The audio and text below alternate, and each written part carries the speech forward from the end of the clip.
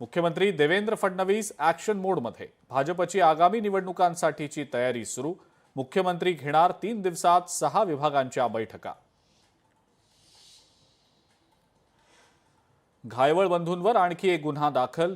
निलेश घायवळनं एका बांधकाम व्यावसायिकाला बंदुकीचा धाक दाखवल्याचा आरोप.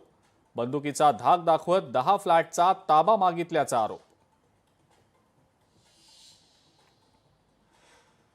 रोहित पवारांकडनं निलेश घायवळचा राम शिंदेंसोबतचा व्हिडिओ व्हायरल.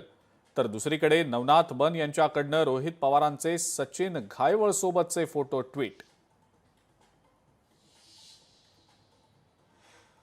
योगेश कदमांची मंत्रिमंडळातनं हकालपट्टी करा. कारवाई न केल्यास ठाकरे सेना रस्त्यावर उतरणार.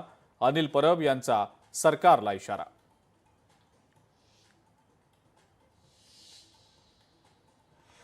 योगेश कदम आधीपासूनच टार्गेटवर. अनिल परब यांच्या आरोपांवर रामदास कदम यांचा पलटवार. बदनामी करण्याचा प्रयत्न असल्याचा आरोप.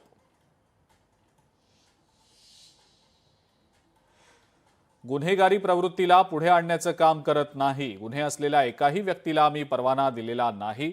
गृहराज्यमंत्री योगेश कदम यांचं स्पष्टीकरण.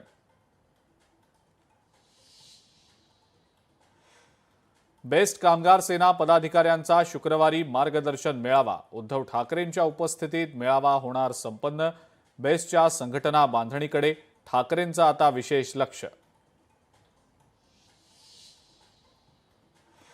कोल्ड्रेप सिरपची विक्री केवळ मध्य प्रदेशमध्येच झाली. नागपूरमध्ये कुठेही नाही. एफडीएच्या सहाय्यक आयुक्तांनी केला खुलासा.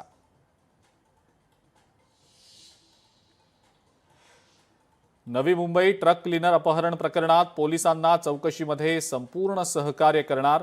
गुन्हाच केला नाही तर घाबरण्याचं कारणच नाही. मनोरमा खेडकरचं वक्तव्य. नाशिक सातपूर गोळीबार प्रकरणी माजी नगरसेवक प्रकाश लोंढे आणि त्यांचा मुलगा दीपक लोंढेला 12 ऑक्टोबरपर्यंत पोलीस कोठडी.